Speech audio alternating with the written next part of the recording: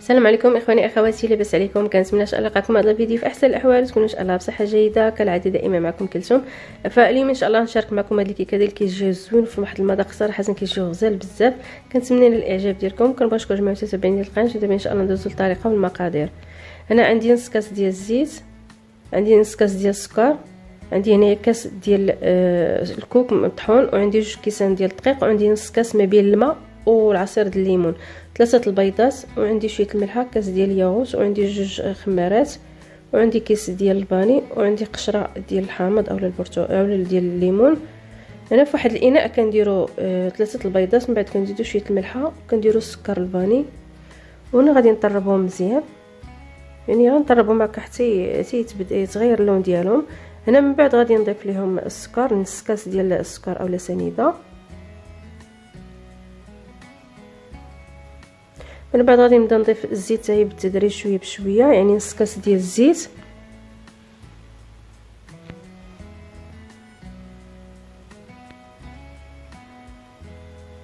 وهنا غادي نضيف الكاس الاول ديال الدقيق، وغادي نخلط هاد المكونات مع بعضيها مزيان.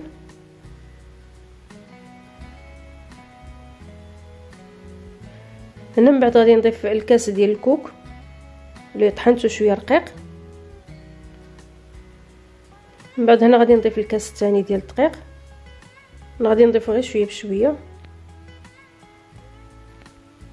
وغادي نضيف هنايا الخماره، يعني 2 باكيات ديال الخميره.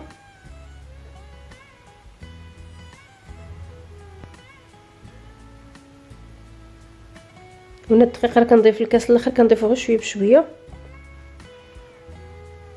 وهنا غادي نضيف الكاس ديال الياغورت الطبيعي اولا كاس دانون. غنضيف هنا القشره ديال الحامض اولا الليمون، فكتعطي واحد المذاق زوين هاد الكيك هذا. هنا من بعد غادي نضيف هنايا الكاس ديال اللي فيه الخليط ديال ما بين الحامض والماء، يعني راه خليت فيه واحد شويه كما كتشوفوا، فراه ما ضفتوش كله،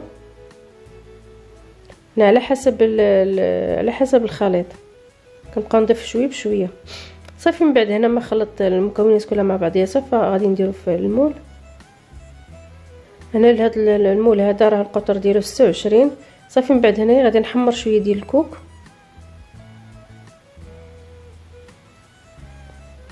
وهنا من بعد ما طاب الكيك كما كتشوفوا على هذا الشكل هذا، هنا غادي نقسمو على 2.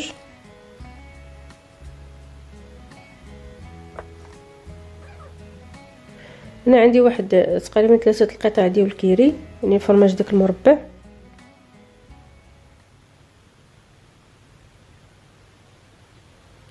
وهنا غادي نضيف ليه واحد الكيس ديال الفلون ديال الفاني، غادي نخلط المكونات مزيان مع بعضياتها. هنا غادي ناخذ واحد الكريمه، يعني ديال تقريبا فيها 200 غرام ديال الكريمه، فغادي نخفقها واحد شويه.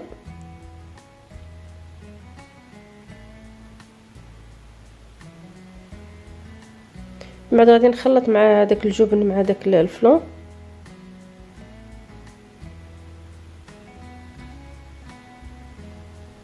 وغادي نضيف لهم هنا هذا كاس ديال الياغورت ديال الكريمي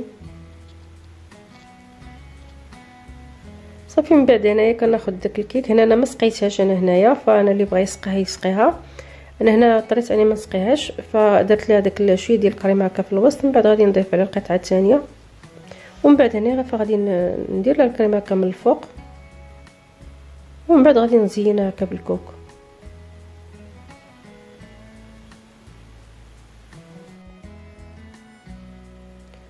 من بعد ما زينها بالكوكا كانت على هذا الشكل هذا كما كتشوفوا، يعني كيجي في واحد المذاق زوين بزاف.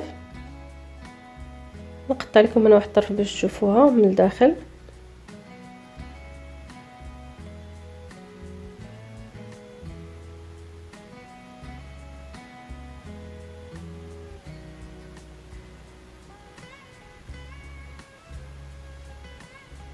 وكان الكيك هو على هذا الشكل هذا، فكنتمنى الاعجاب ديالكم.